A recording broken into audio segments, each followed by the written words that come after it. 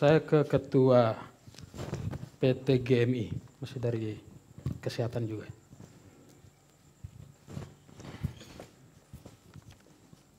Terima kasih. Assalamualaikum warahmatullahi wabarakatuh.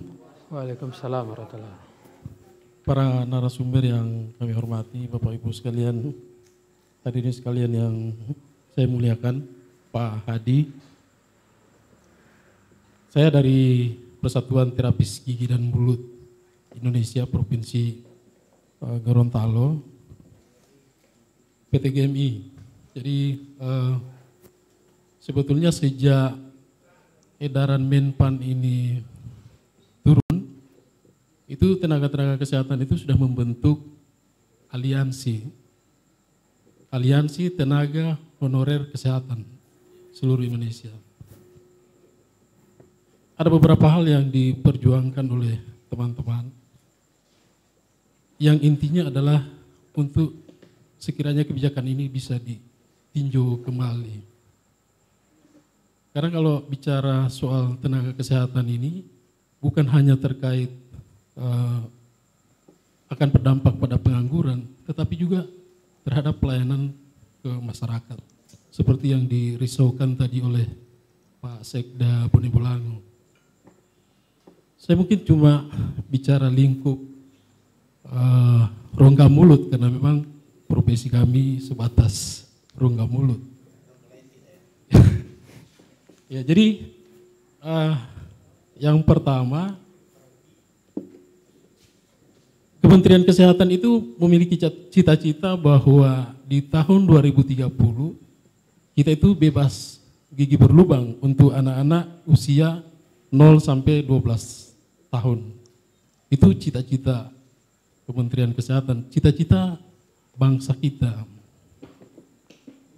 Tetapi di tahun 2018 hasil riset kesehatan dasar itu menunjukkan bahwa anak-anak usia 5 sampai 6 tahun itu 93% ada gigi lubang atau ada masalah terkait dengan gigi berlubang. Kenapa anak-anak di usia 0 sampai 12 tahun ini kita harapkan bebas gigi berlubang? Karena memang di usia-usia itu adalah usia-usia ideal pertumbuhan anak. Kalau kita menginginkan sumber daya manusia yang unggul, maka kita harus jaga anak usia 0 sampai 12 tahun itu kita penuhi gizinya dan seterusnya. Tetapi kalau dia sakit gigi, jangankan anak-anak, kita orang dewasa saja, kalau sakit gigi pasti susah makan, apalagi anak-anak.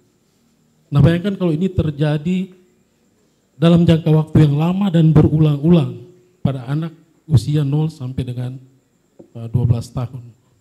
Kalau orang dewasa tambah emosi. Ya, tambah emosi. Kalau kan cuma tidak bisa makan. Ya.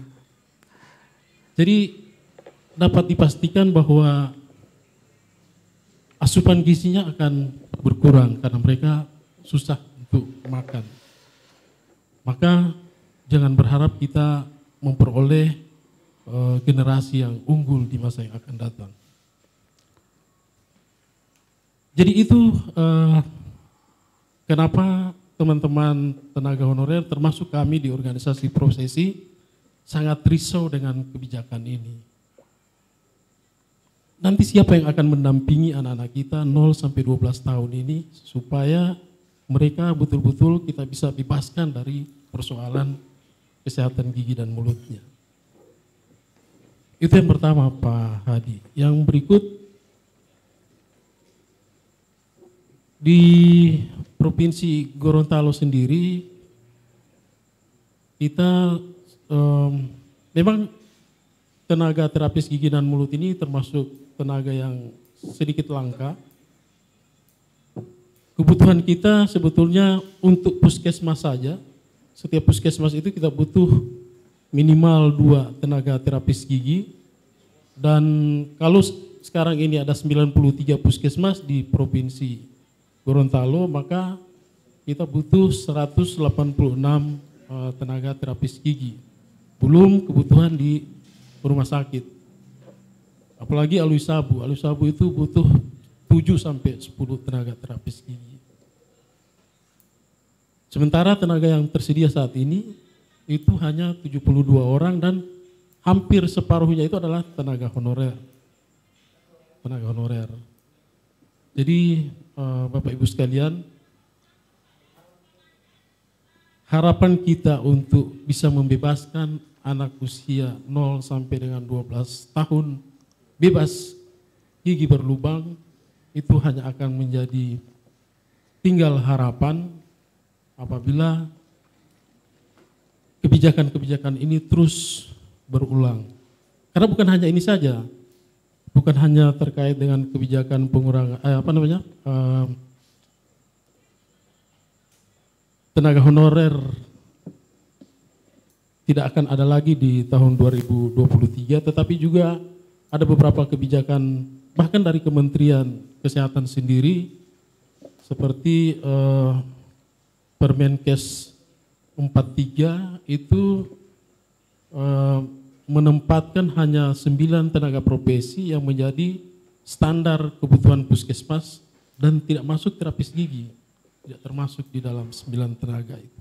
Sehingga pada saat sekarang ini ketika kita melakukan pemetaan di daerah-daerah, tentu untuk pemenuhan formasi tenaga kesehatan, daerah-daerah itu akan cenderung memenuhi dulu standar tenaga kesehatan yang ada di puskesmas, di mana di dalamnya tidak termasuk tenaga terapis gigi dan mulut.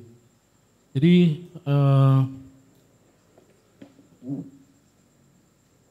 tapi alhamdulillah di Kota Gorontalo dengan melalui kabak organisasi dan BKPP itu dalam penyusunan Anjab dan ABK tidak lagi memperhitungkan itu, tetapi karena lebih melihat pada sisi kebutuhan ketenagaan di puskesmas maupun di rumah sakit. Jadi intinya Pak Hadi, Bapak Ibu sekalian, bahwa kami dari organisasi PT GMI yang juga kebetulan di bulan September ini akan melakukan Rapimnas, itu salah satu isu yang akan diangkat adalah terkait masalah yang kita diskusikan pada malam hari ini. Dan semakin banyak elemen masyarakat, bahkan kemarin APEKSI juga sudah merekomendasikan untuk meninjau kembali